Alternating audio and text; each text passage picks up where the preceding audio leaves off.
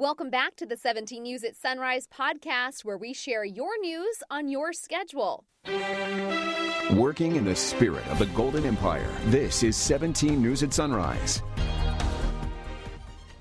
Good morning. Right now at 5, we are on day 3 of former President Trump's impeachment trial. A look at the emotional arguments yesterday, and the defense gets ready to make its case, already nearly positive of the outcome.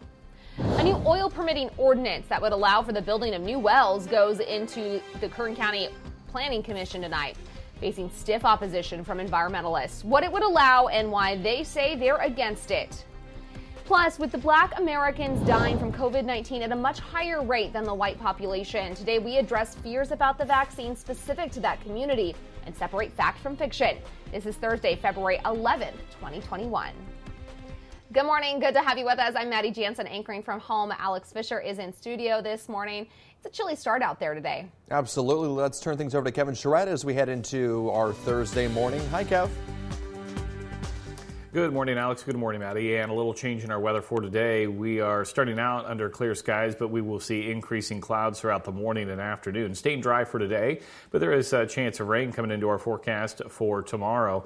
As you can see here on satellite and radar, not much to show you currently, but there are clouds pushing in from the north and west. The system just off the Oregon coast, and we'll be tracking that throughout the day. Here's downtown Bakersfield right now. We've got a temperature of 47 under a calm wind, visibility good. And as we take a look at the hour by hour here, starting out in those 40s, and then this afternoon 60s once again with increasing clouds. And then for Tehachapi, I want to take note here of a high wind watch that we are issuing. Again, this isn't for today, but giving you a heads up on it. This is Saturday evening through Sunday morning, where winds will be sustained out of the west-northwest 30 to 40. Could see gusts near 60 miles per hour, so that's something that we'll be watching for. 35 degrees right now in Tehachapi with just a light wind out of the south at 3 miles per hour. And as we take a look at the day here, we'll see some clouds push in throughout the afternoon, and temperatures expected into the mid to upper 50s. We'll talk much more about your forecast coming up in just a little bit. For now, we'll send it back over to you. All right, Kev, thanks so much.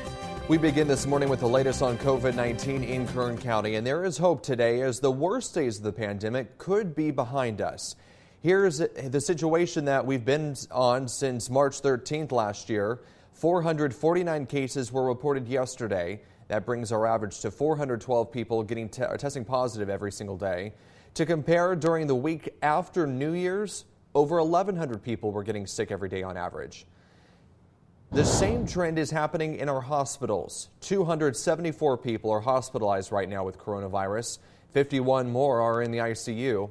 Our numbers were nearly double this time about a month ago, and we haven't been this low since mid-December. We learned of 4 more deaths yesterday. 3 of those were people who died before Christmas. December was our deadliest month with 168 lives lost. Overall, COVID-19 has killed 664 people in Kern County, and our deadliest days were in the middle of the holidays. A new CDC report shows that double masking can significantly improve protection from COVID-19. Researchers found that wearing just one mask blocked 42% of the particles from a simulated cough, but that jumped to 82% if a cloth mask was worn on top of a surgical mask. They also found that knotting the ear loops of a surgical mask and tucking in the sides reduced exposure to particles by about 65%. But exposure can be reduced by more than 95% if both people in close contact are double masked or wear the knotted and tucked surgical masks. South Africa's health minister said yesterday his country is scrapping the Astrazeneca vaccine and will instead use the Johnson & Johnson vaccine. South Africa halted the use of the Astrazeneca vaccine earlier this week after a small study showed it was less effective against mild and moderate cases of the South African variant of COVID-19. The one-shot Johnson & Johnson vaccine is still being tested and has not been approved for use by any country. Meantime, here's a look at who's eligible to get the vaccine right now here in Kern County. Anyone 65 years of age or older, healthcare workers, and first responders. The next tier of people eligible for the vaccine will include teachers, child care workers, those in emergency services, and people who work in the food and ag industry. The state's already given the okay for this group, but it's unclear when the county will give its okay. Meantime, Halted Community Blood Bank says it will begin doing COVID-19 antibody testing for all blood donors. The blood bank says it's still in urgent need of donations of all blood types, plus platelets, plasma, and COVID-19 convalescent plasma. When you donate, you'll get your results from the antibody test in about 7 days. And if you're positive for COVID antibodies, you'll be eligible to donate COVID convalescent plasma. African Americans suffer some of the highest death rates from the coronavirus, but many say they won't get a vaccine. Today, 5 experts from Kern's Black community will join us on 17 News at 6 to break down the historical issues frightening some people away from the shots. For me, it was a distress of what happens to us as a people, the Tuskegee experiment. We're from Mississippi originally, and he knows discrimination much greater than me. So if he can trust, I can trust. The panel will also separate fact from fiction about the vaccine to help you make a decision. It's all happening tonight at 6 right here on TV 17. Honoring Black History is brought to you by Clinica Sierra Vista. It is Black History Month, and today we're recognizing some of the talented African-American artists from Bakersfield in Kern County. Some of the best country singers in the world have come out of our town. But if you dig a little deeper, you'll find a lot of jazz and soul music as well. 17's Perla Shaheen tells us more about their work. There are a few popular artists that come to mind when thinking of the Black music scene in Bakersfield. One of them is 2-time Grammy Award-winning singer Gregory Porter. He spent his entire childhood in Bakersfield. His mother moved here from Louisiana when she was 14 to pick cotton. She even took us out to the cotton fields to show us how to pick cotton. It wasn't a job that we could do when we were kids, but she just wanted to show us, this is what I used to do. He says his mother brought Southern music with her and often sang those hymns in church. There were great voices that I grew up with. I think of Pastor Richardson, who was a pastor here in Bakersfield. He sounded like Sam Cooke. His childhood in Bakersfield was a crucial part in his development as an artist. Some of the themes that I pull from church find their way into my music, and that's in a way that's what I'm most excited about. The idea that I've taken my childhood experiences and I've put them into music. Sit down and take a drink and fill your water tank. Most of his music is centered around themes of resilience and revival. In an environment that you may be thought of as less than, to take your talent and use it to show your beauty, to show your humanity, to show your grace is something that I feel that in a way music has been a gift for me. He says the idea of overcoming racism is intertwined in his lyrics. The idea of Black history is something in a way that you wear on you. And it's a pride that you carry with you. And it's something that I'm teaching my son. Never cease my mind, never seem to find an explanation for time. Crimson Sky is a local singer and songwriter who wants to use music to unite the Bakersfield community. Black people have so many freedoms that they didn't have 100 years ago. So we're living in a beautiful time, but gosh, there's so much growth to be made. She's organized peaceful sit-ins in support of gay pride and women's rights. The most recent was after the death of George Floyd. You don't know. This was the one thing that I could do, and people needed it, and we could come together with music at the center, with love at the center, peace at the center of it. And that's really become a big part of who I am. Crimson Sky also works closely with local radio host Danny Morrison to promote Black artists in Bakersfield. Those of us that have grown up in the city of Bakersfield, Kern County as a whole as well, we understand that the Black community, as far as music is concerned, has been ignored for a long time. Morrison says he sees a lot of underground talent that just needs a stage. So I took it upon myself to say, you know what, we're going to put my town on. And all of these rappers and R&B artists and folk singers and spoken word artists, we're going to give them a time on the frequency. And local events that we do, I always bring them in and say, show Bakersfield what we are. And they've been doing a great job. Welcome back. Your time now. It's 5:20, and prosecutors in Minnesota are expected to file formal charges today in the deadly clinic shooting near Minneapolis. The armed attack left one person dead and 4 others hurt. The county attorney is expected to charge 67-year-old Gregory Paul Ulrich with second-degree murder, 4 counts of attempted murder, and possession of explosive or incendiary devices. Authorities have said they believe Ulrich acted alone. Facebook announced it will start to limit political content in news feeds. The social media giant says the temporary reduction of news feed political content will start this week in Canada, Brazil, and Indonesia. They'll take similar steps here in the U.S. in the coming weeks. Facebook says it will also look for ways to rank political content using a different method than it had in the past. Content from government agencies and health organizations are exempt from the changes. A scary moment for travelers in Pittsburgh last night as a Delta jet slid off a taxiway, nearly tipping over into a ravine. Take a look. These photos show the plane after it came to a stop in the snow. The Atlanta-bound flight had 77 people on board before it slid off the taxiway around 6:30 p.m. local time. It took several hours for emergency crews to get the plane evacuated.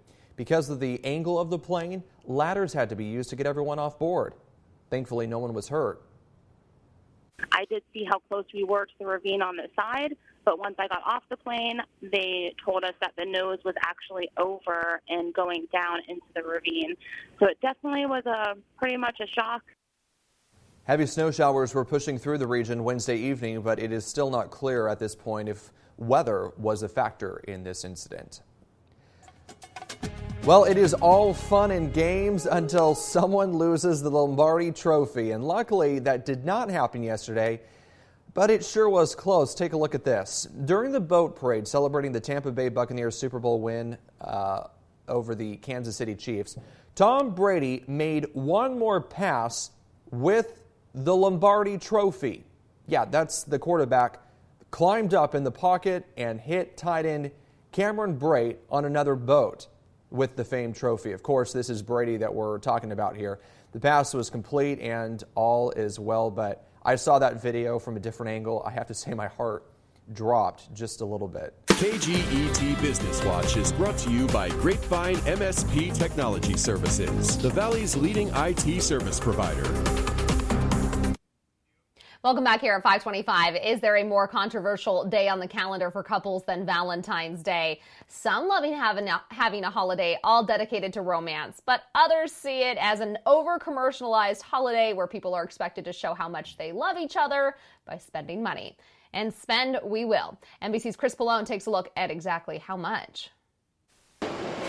Despite the pandemic, Americans plan to spend big on love this week, $22 billion, according to the personal finance website Wallet Hub. People are still really trying to spend money this year. The average person is looking to shell out around $165 this Valentine's Day. They will be buying things like flowers, jewelry, and candy. $4 billion on candy. Chocolate and candy is a very resilient category, and people are looking to treats for their emotional well-being throughout the pandemic. It brings them a little bit of joy and a little bit of normalcy in an otherwise uncertain time. Of course, after a year spent mostly at home, experts expect couples to buy experiences too, especially those that are close to home and comply with CDC guidelines. A lot of museums right now have timed entrances and reservations, so you can explore museums in your hometown that maybe are really crowded most of the time. Who plans to really shell out? Men, even if they don't have the money.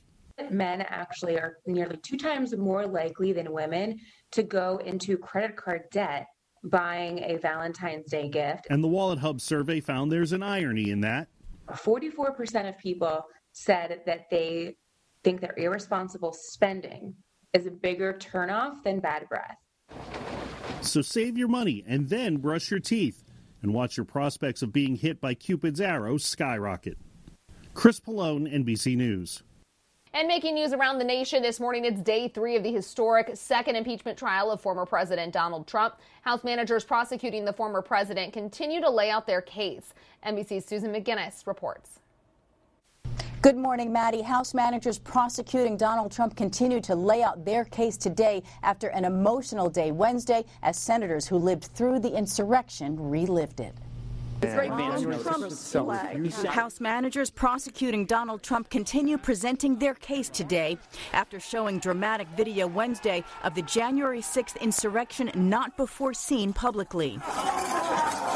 The video rekindling memories of the horror for senators and the nation. I'm angry, I'm disturbed, I'm sad. They came draped in Trump's flag and used our flag, the American flag,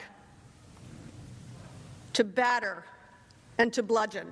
House managers detailed Donald Trump's efforts to overturn the election. We were getting ready to win this election. Frankly, we did win this election. Alleging the riot was far more choreographed than it appeared. But there was method in the madness that day. They believed that they were following his orders. They said so. We were invited by the President of the United States! Impeachment managers telling of a commander-in-chief who, after egging on the mob, watched the violence unfold with glee. President Donald J. Trump ran out of non-violent options to maintain power. But some Republican senators noted they were not impressed. There weren't a lot of surprises. We were all here. The Trump legal team takes the floor tomorrow and will continue to argue the president's words are protected free speech and that he never intended to provoke the attack. The Trump legal team is not expected to use all 16 hours to lay out its side of the case, figuring the outcome, an acquittal for Donald Trump, is all but assured. In Washington, Susan McGinnis, 17 News. Working in the spirit of the Golden Empire, this is 17 News at Sunrise. The 17 News at Sunrise podcast is a production of KGET and Nexstar Media Group. For more on all of the headlines in today's show, head to kget.com.